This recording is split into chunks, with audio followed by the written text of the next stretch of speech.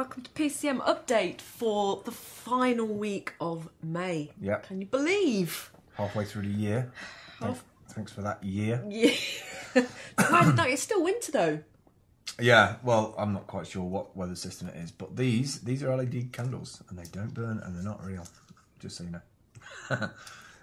No, it's been a bit weird because we had some great weather over bank holiday, and then all of a sudden it just started throwing it down. So yeah, so that's where we are. It's just full tilt, really. But the last 30 days Kickstarter project. Yes. So the Pie Street, luckily, he's got funded. So it got its funding. It's got its funding. So we wanted £1,850 for rolling out of 10 screens, all the cables, connectors, all the bits and pieces, and we ended up with 2,300, I think it is. I think Kickstarter take 5%. And then it takes about 14 days to release. So right now, I'm in the stage of building 1920 by 1080 pixel size graphics for the screens, because that's what we're going to run at, is full HD.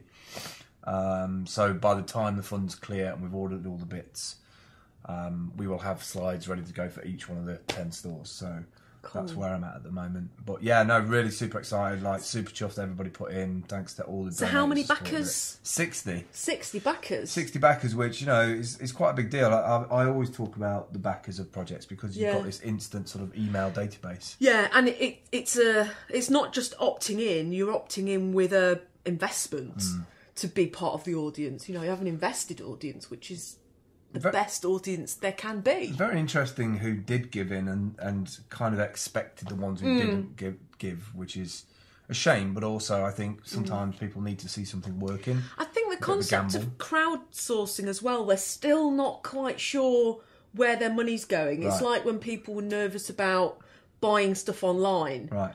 You know, they're aware of sponsorship. So if someone comes to you with a sponsor form and you say, 20 quid for a 100-mile walk. Yeah.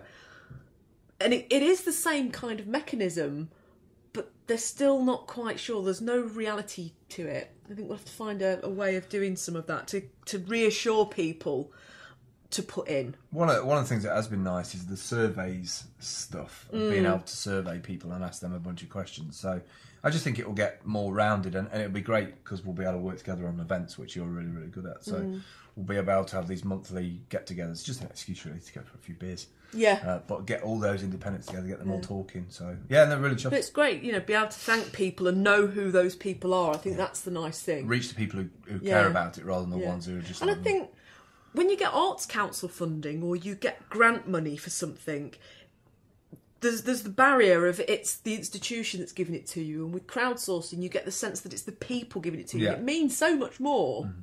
Yeah, it totally does. It's been... Also, I did a few jobs in that where sort of did an animation for Multiply, and they put £100 in, which was effectively paying for the work that I'd done for them. But I said, don't pay me, just put it as a donation, which I really liked.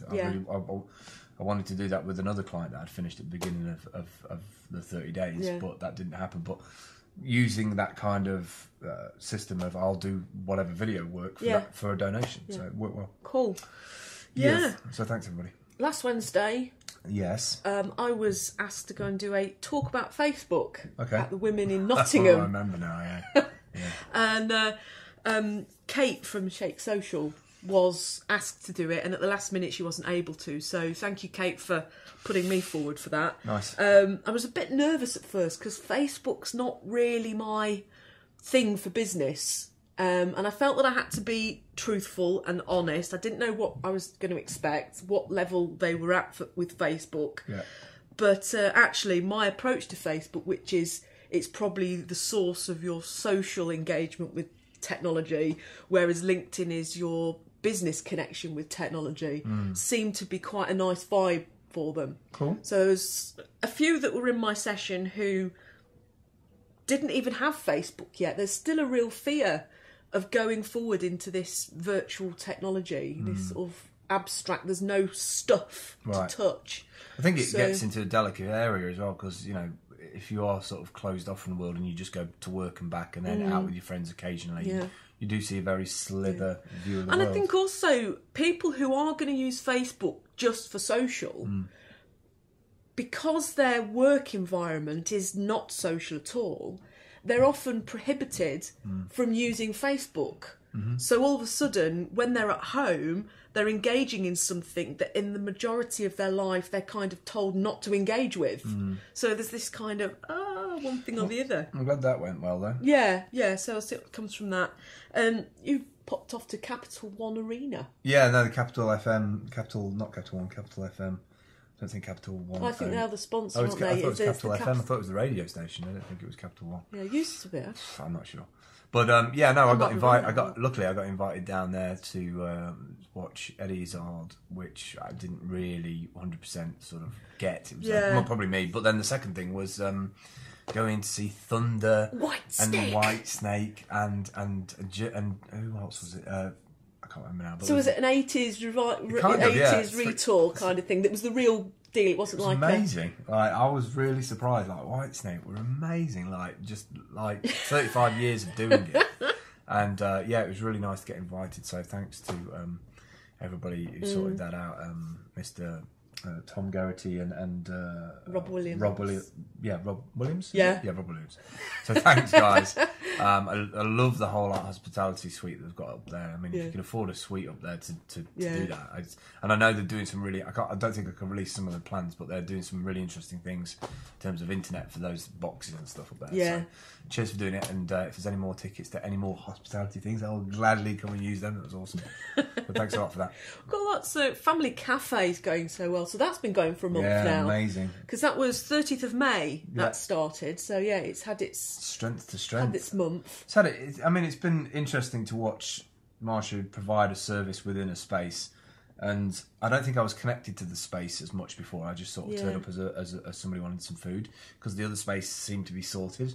But she's gone into a space where there's a lot of other agendas and things going on in there, and it just needs kind of tweaking and fixing. So, just in case some people haven't been listening or at all, just what is the family cafe? Because I think it's important in these shows for us to kind of go back on some of the stuff you haven't watched back issues. Family cafe is up at the Sneinton Old Hall, so it's just in front of where Green's Windmill is, up in Sneinton. If you get the 43 bus, you can get off at the top near the old people's home and just walk up to it.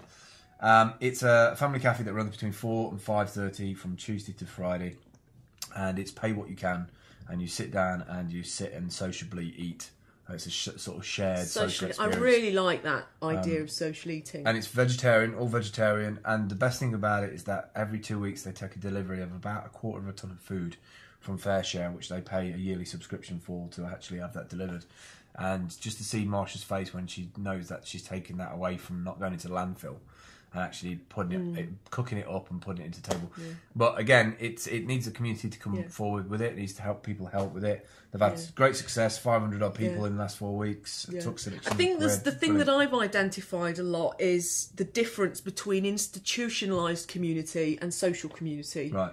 Because using a community space that is council or has some other ownership, quite often you don't really feel that it's your space, and the people that are in there are very institutionalised in the way they deal with things. But this social engagement that Marsha's brought into the building, it's really brought a sense of life, and people are coming in and helping with washing up, and they're bringing in the pots, and you know, it is living in a different way. And it's great as well. The food's amazing. You know, pay what you can afford to pay, and she always needs volunteers and help up there. Yeah. So go and check it out. Sneinton Old Hall, 4 till 5:30, Tuesday to Friday. And thesecretkitchencafe.co.uk. Yep. So last night, before our week ended and we did these shows, we popped over to the castle for the Knights of Neat. The Nottingham Institute, which I met up with again today, actually, to go over a few other things. But in terms of events, there's a few little things that need to be tweaked, and I think they're going to do that. And it's just from practitioners of doing events. I think the interesting thing is that there's a lot of excitement springing up around some of the investment that's coming into the city, and people are really taking that social lead of asking questions and saying, what is happening to this money?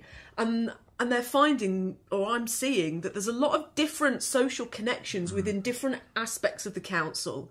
The council's a huge institution that doesn't necessarily communicate at its best internally. And I think having some of these, you know, social satellite events going on is giving people like the different counsellors the chance to go somewhere that hasn't been planned into their schedule. Right.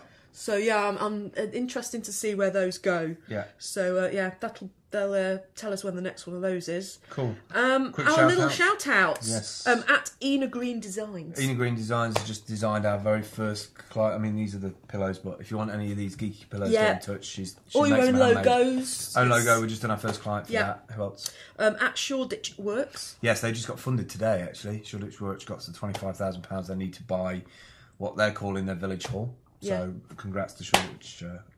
And then Lucy Lockett HQ. Cool.